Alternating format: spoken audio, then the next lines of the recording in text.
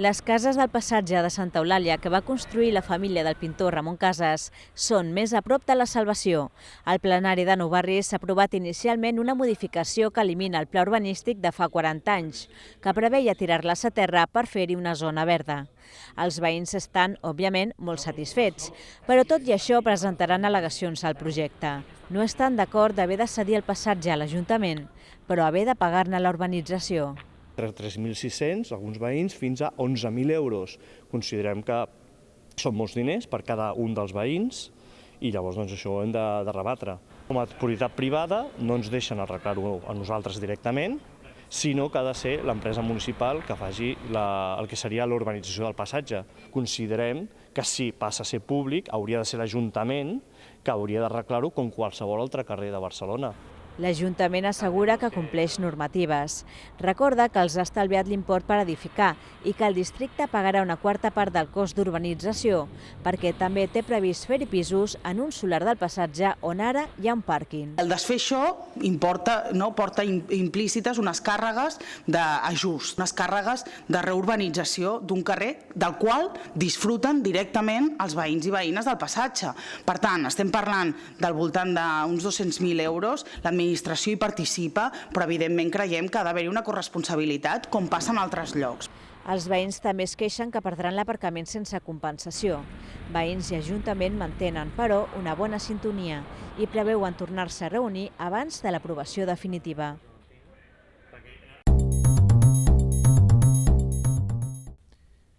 El plenari havia començat amb l'informe de la regidora, en què es van destacar les accions en temes d'habitatge, convivència i ocupació.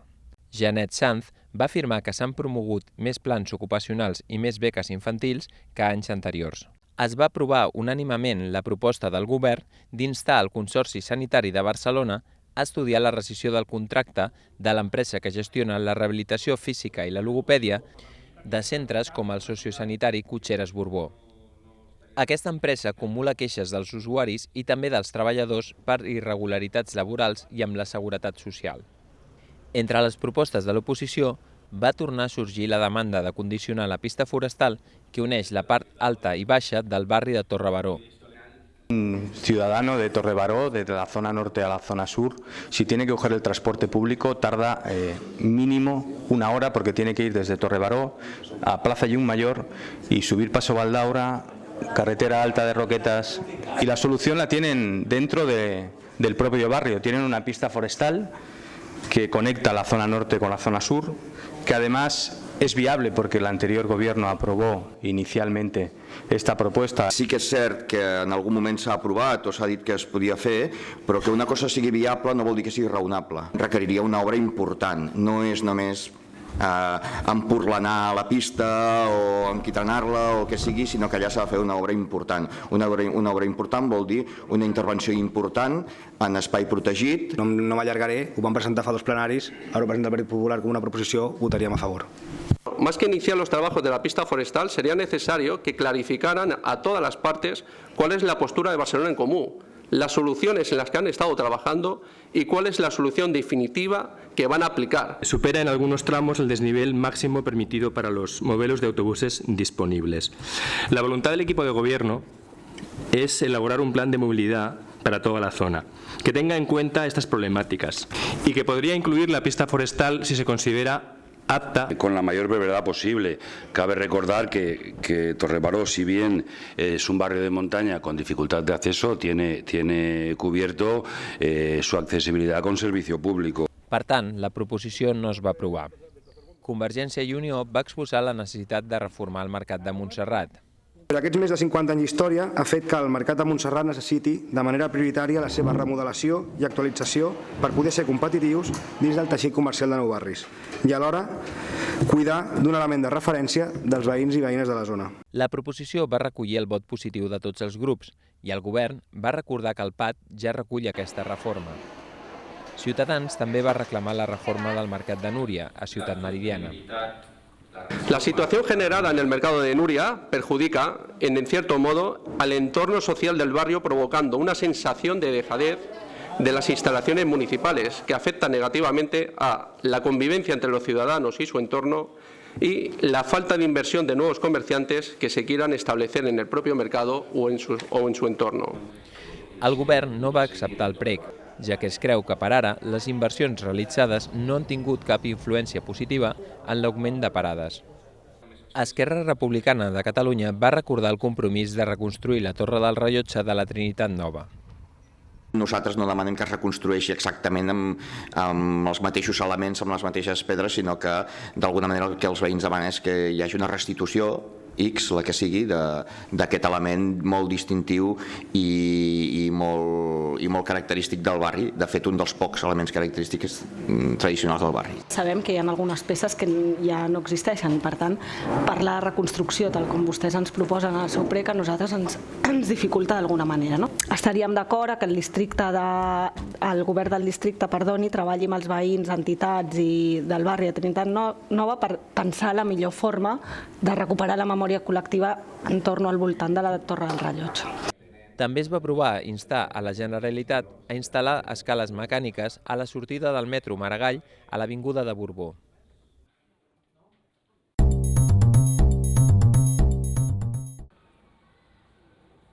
Fa temps que els veïns de Ciutat Meridiana es queixen del mal estat en què es troben les instal·lacions del poliesportiu Can Cullàs. Critiquen que la pista exterior demana una reforma a crits i han fotografiat els desperfectes que hi ha a espais interiors com els vestidors, la sala de fitness, la piscina o el pavelló poliesportiu amb el sostre d'uralita. Està en un estat super precari. A la piscina on hi ha els nens que venen d'escoles ens hi trobem amb el terra aixecat, màquines oxidades, sostres d'uralita, porteries oxidades sense anclar al terra. No hi ha cap puesto de tota la instal·lació que no necessiti una reforma. El govern de Nou Barris ja s'ha reunit amb l'Institut Barcelona Esports i ha obert un expedient a l'empresa per haver modificat l'horari d'obertura del centre. A més, el districte s'ha compromès a crear una comissió de seguiment amb els veïns. Es desenvoluparan de forma immediata una sèrie de millores de manteniment i de neteja per aconseguir que les instal·lacions estiguin en condicions dignes i el compromís que hi haurà un nou equipament per Can Cullàs i que volem començar a construir com volem que sigui aquest nou equipament amb els veïns i veïnes des d'ara mateix. La idea és seguir el procés participatiu que ja s'ha fet amb la futura piscina del Turó de la Peira. Els veïns, però, afirmen que no baixaran la guàrdia fins que la comissió no arrenqui.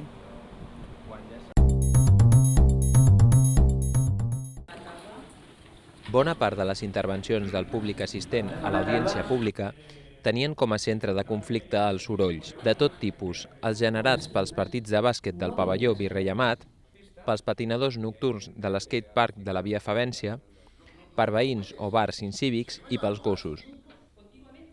Els veïns van reclamar més campanyes cíviques i més actuacions i sancions per part de la Guàrdia Urbana.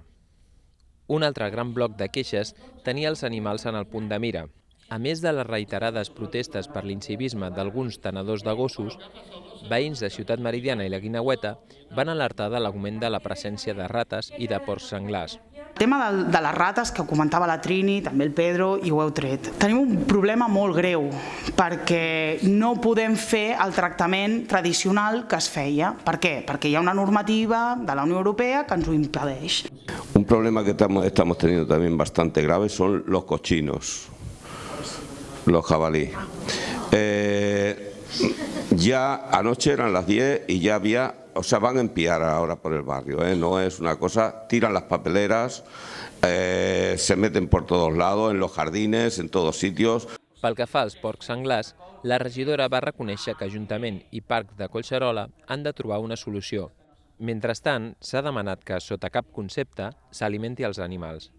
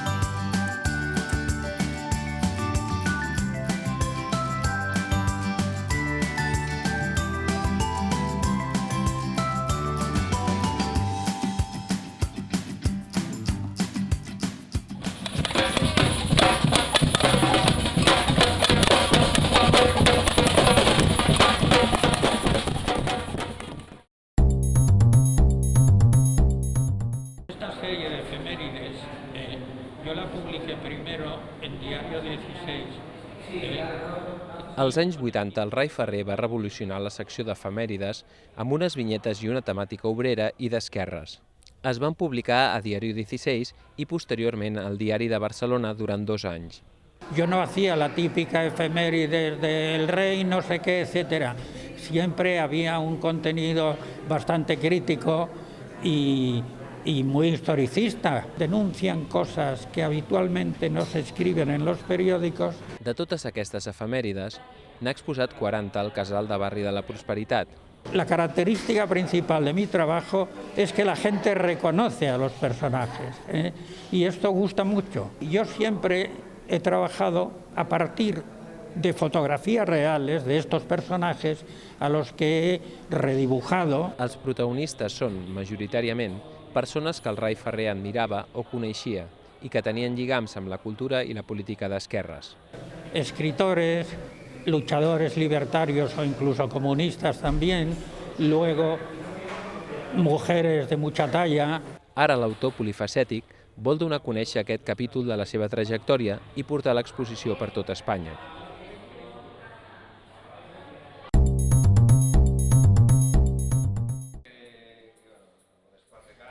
Fa gairebé 10 anys que l'Edgar Dos Santos va guanyar el Fòrum Fotogràfic Can Basté, però encara manté la relació amb el centre.